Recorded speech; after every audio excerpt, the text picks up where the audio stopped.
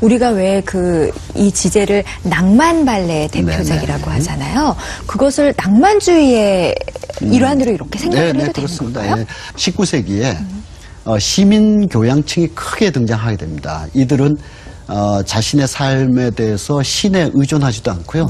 또 대땅이 있어가지고 이 땅에 의존하지도 않고 도시에 몰려든 시민들. 우리 똑같지 않습니까? 우리네요. 네. 이 도시에 몰려든 사람들의 외로움, 격정, 뭔가 이 답답하고 권태로운 일상으로부터 벗어나고 싶은 마음. 또 이 지금 살고 있는 이 삶 하나하나가 금세 어디론가 다 움켜진 모래처럼 다 빠져나갈 것 같은 그런 아쉬움들, 이런 것이 굉장히 서정적이고 굉장히 우아한 선율이나 그림 속에 나오게 되죠. 그 이전에 이를테면 계몽주의자들의 이성이라든지 괴테를 비롯한 고전주의자들의 엄격한 규칙, 이런 거로부터 벗어나서 예술가 내면의 자유스러운 충동이 기꺼이 막 표현되는 이런 시대라고 볼 수가 있겠습니다. 인간의 감정, 뭐 이런 것들이 더 그러니까 이제 발레나 오페라가 크게 주목을 받았던 것이죠. 그렇군요. 김연아 선수가 어떤 곡을 선택하느냐에 따라서 클래식계에 새로운 바람이 불고 뭐 이런 정도의 영향력이라면서요. 글쎄요, 그건 저도 또 한번 확인해 봐야 되겠습니다만, 적어도 클래식에 대해서 조금 무관심했거나 꼭 클래식만 최고의 예술은 아니거든요. 우리 대중음악도 얼마나 아름답고 가치 있는데. 그러나 이제 김연아 선수의 선곡에 의해서 저 곡 인상적이다. 그냥 우리처럼 지금 더 관심 있어지는데 하면서 이제 많은 곡들이 이제 음원 차트에 올라가기도 하고 관심도 늘고 그런 현상 분명히 있습니다. 네, 김연아 선수의 프로그램 중에서 또 인상적인 게 죽음의 무도 기억나세요? 죽음의 무도. 또 세계 신기록을 시즌 중에 2번이나 달성했었잖아요. 대단해요, 진짜. 대단했었죠. 근데 진짜 이 죽음의 무도가요, 저도 김연아 선수 프로그램 중에 가장 기억에 남고 좋아하는 거긴 하지만 김연아 선수 본인도 스스로 최고라고 뽑은 프로그램이라고 해요. 진짜 뭐 표정, 동작, 뭐 의상, 그 절도 있는 안무 뭐 하나 정말 빼놓을 수가 없고 눈을 뗄 수가 없었는데 죽음의 무도 하면 김연아 하면 바로 그냥 죽음의 무도라고 기억하시는 분들도 많으시거든요. 죽음의 무도라는 테마가 유럽의 예술사에서 여러 번 변주가 많이 됩니다. 그런데 김연아 선수가 선택한 곡은 이제 까미유 생상스라는 분의 작곡된 아주 강렬한 그런 충동이 담겨 있는데, 그 곡을 이제 주로 담았죠. 까미유 생상스는 19세기 중엽 이후에 프랑스에서 그게 활약한 그런 작곡가인데요. 이 생상스뿐만 아니라 프란츠 리스트 같은 사람도 죽음의 무도, 독일어는 이제 토텐탄츠라고 하는데 그런 아주 강한 피아노곡을 남기기도 했습니다. 생상스가 보여주는 죽음의 무도 역시 19세기 유럽 시민들이 가지고 있었던 유미주의, 상징주의, 이 현실을 벗어난 어떤 파멸에 대해서 굉장히 탐닉하는 그런 문화 현상을 가장 잘 보여주는 곡이라고 할 수가 있죠. 네, 그럼 우리 한번 화면으로 만나볼까요? 세계 신기록을 2번이나 기록하면서 세계 피겨 역사에 길이 남을 만한 명연기를 보여줬습니다.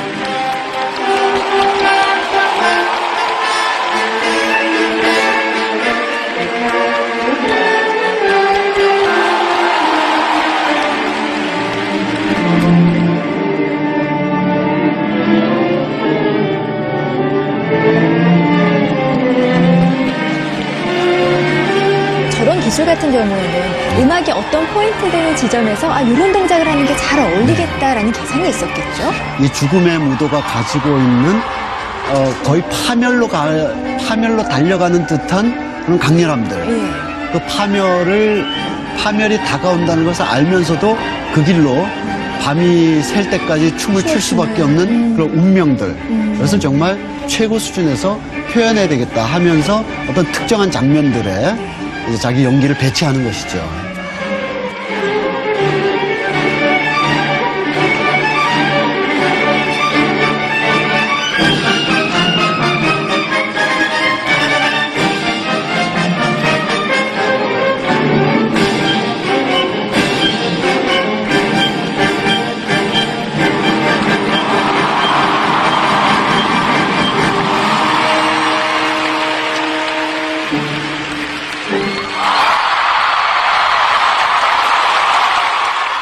파멸의 길로 막 가면서도 춤을 멈출 수 없는 김연아 선수의 경기 함께 이해하면서 보니까 진짜 감동이 배가 됐습니다. 네.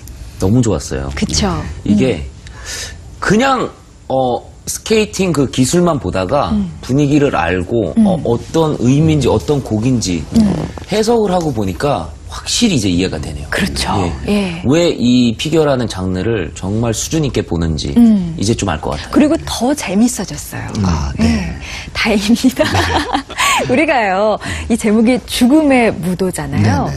근데 죽음에 대한 인식이 그때 당시에는 어땠나 모르겠어요. 죽음하면 뭐 누가 죽음을 기꺼이 막 원하고 바라겠습니까? 그렇죠. 가장 두렵고 무서운 네네. 거잖아요. 그래서 우리 시청자분들께서 잘 이해하셔야 될 게 예술가들이 소재나 주제로 죽음을 다뤘다고 해서 그걸 직접적으로 저 예술가가 뭔가 인생이 안 풀려가지고 좀 뭐 답답하고 돈도 좀 없고 힘든가 보다. 힘든가 보다.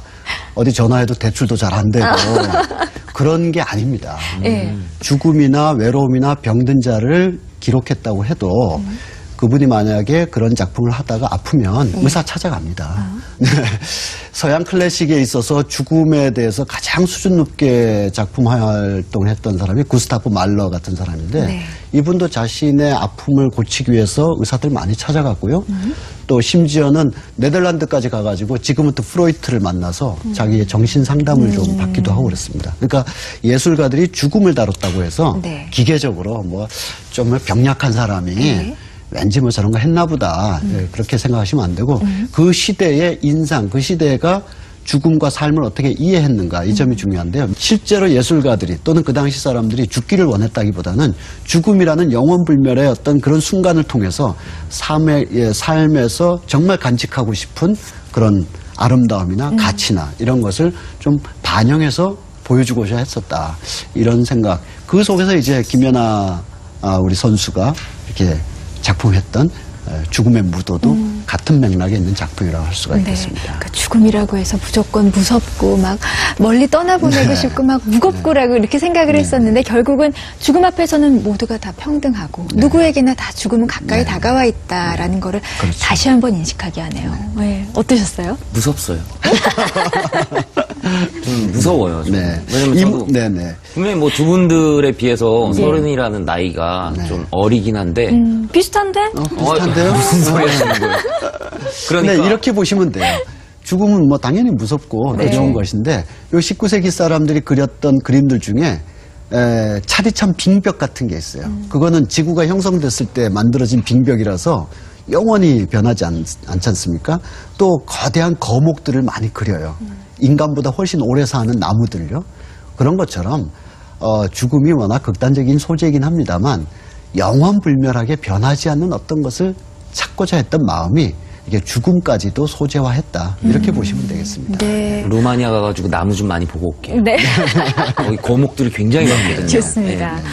어떠셨어요? 저희 EBS 문화센터에서 첫 시간으로 김연아 선수가 선택했던 곡들로 명품 클래식을 배워보는 시간을 가져봤는데 늘 어렵고 너무나 고급스러운 문화라고만 생각했던 클래식에 대해서 조금 더 관심 있고 재미있고 쉽게 배워볼 수 있는 시간이었던 것 같아요. 다시 보니까 우리 김연아 선수 정말 사랑스러운 최고의 선수였다는 생각 새삼스럽게 다시 들고요. 저희는 다음 시간에 더 재미있는 이야기로 찾아뵙겠습니다. 오늘 좋은 말씀 해주신 정인수 선생님 그리고 김연아 동호회원 분들께도 감사드릴게요. 고맙습니다. 감사합니다. 네, 여러분 저는 다음 시간에 다시 찾아뵙겠습니다. 고맙습니다.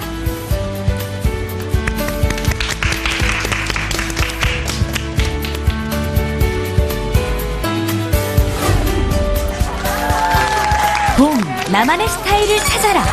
스카프를 같이 연출을 해주신 스타일리스트 신우식이 제안하는 2014년 봄 패션 트렌드. 화이트로까지도 연출하실 수 있게끔.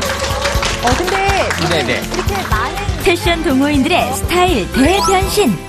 올라와 주세요. 자, 모셔보도록. 오늘 이제 봄이 됐잖아요. 신우식과 함께하는 나만의 스타일 찾는 법. 절대 놓치지 마세요. 구겨져 있어요. 팬츠라고 하죠.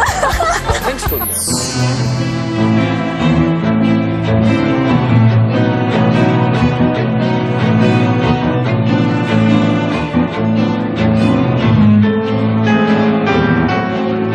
제2의 김연아가 계속 나올 거 아니에요? 클래식 음악들을 많이 선곡해준다면 그걸 통해서 또 많은 분들이 한 번 들었던 음악을 또 한 번 더 듣게 되고 연주회 장을 찾게 되고 전체적인 분위기가 활성화가 되지 않을까. 끊임없이 이렇게 클래식 음악들을 사랑해주는 게 저한테는 굉장히 감사한 일이고 앞으로도 계속 그렇게 해줬으면 좋겠습니다.